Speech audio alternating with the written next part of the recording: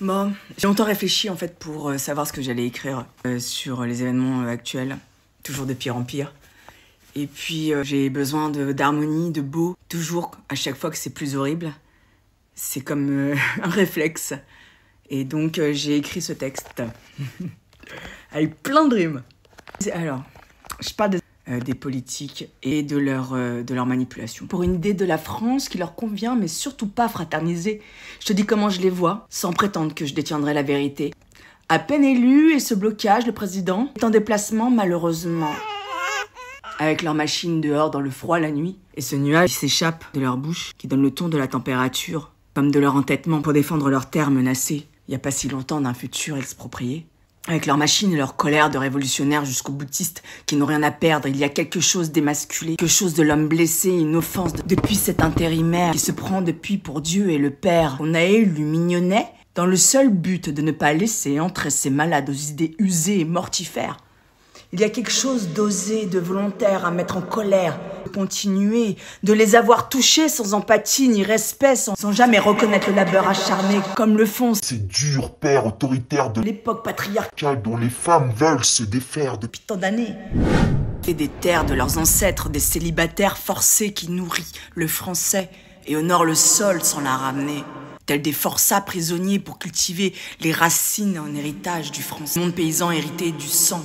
Le sang du fils et du père liés, entremêlés pour les terres, se voit obligé par le tonnerre le français de défendre. Ce que celui qui se croit Dieu le Père ne fait que l'humilier.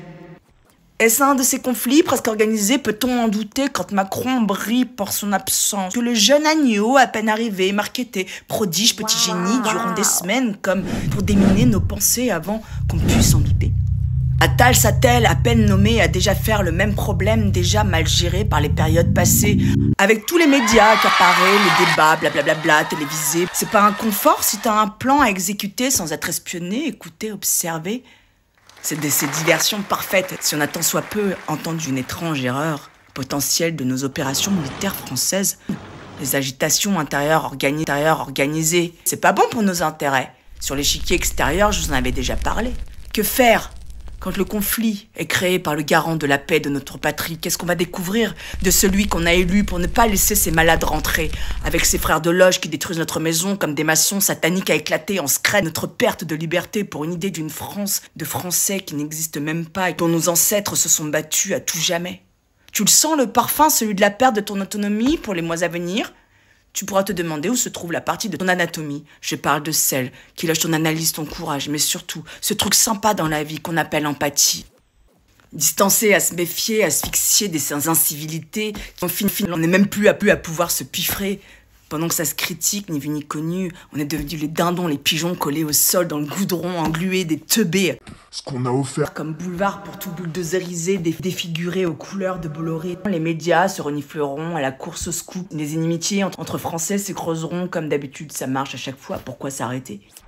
Ah, tu pourras danser quand il fera beau cet été. Où chialer, l'avenir nous le dira. Au JO, on le saura. Au son en boucle sur les radios du tube de l'été. Vous niqués, vous êtes tous trop teubés. Tu espérais avec la recette du tube de l'été. Le chalet pour aller skier. Pépère, je prépare le prochain tube de l'été. Ça m'inspire toujours de vous regarder, vous embrouiller, étrimer.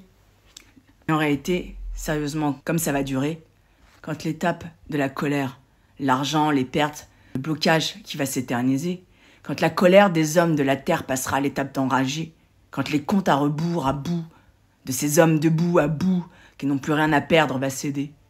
Ils iront où? En cage, muselés, comme des chiens à piquer, comme on le fait quand ils ont la rage. Les cols blancs décisionnaires déblatèrent pour le calme et la modération, et à peine dissimulée, tu la sens l'odeur de la version perverse de qui est le patron? Le plus musclé, le mieux monté, de Macron ou de ses gladiateurs musclés? Qui est à l'autorité? Qui a la couronne de laurier alors que la réalité c'est nous, le peuple absolu de souveraineté, qui sans être consulté, nous nous faisons voler nos valeurs, nos terres, notre liberté, par celui qui a la haine des Français, nous a bernés. Le dégagisme est en marche. Regarde cette démonstration d'autorité que tu connais, cette spécificité de faire exploser pour justifier par la dureté des règles rigidifiées, maîtriser la colère qu'ils ont eux-mêmes créée. Respire. Tu sens? T'as déjà un aperçu de l'odeur de notre futur. C'est quoi notre avenir avec une partie des humains possédés, ceux qui sont un peu plus frais face à la vérité? Comment savoir si on est assez nombreux dans cet enfer où tout est bitumé pour pas se rencontrer? C'est un boulevard pour tous faire dévaliser. L'apéro, ce sera comme tant de choses, chers amis. Une jolie nostalgie. Parce que peu importe qu'on ait raison, et même qu'on ait compris comment ça va se passer, si les immondes et les cons sont plus nombreux, et toi toujours endormi, c'est eux qui vont gagner.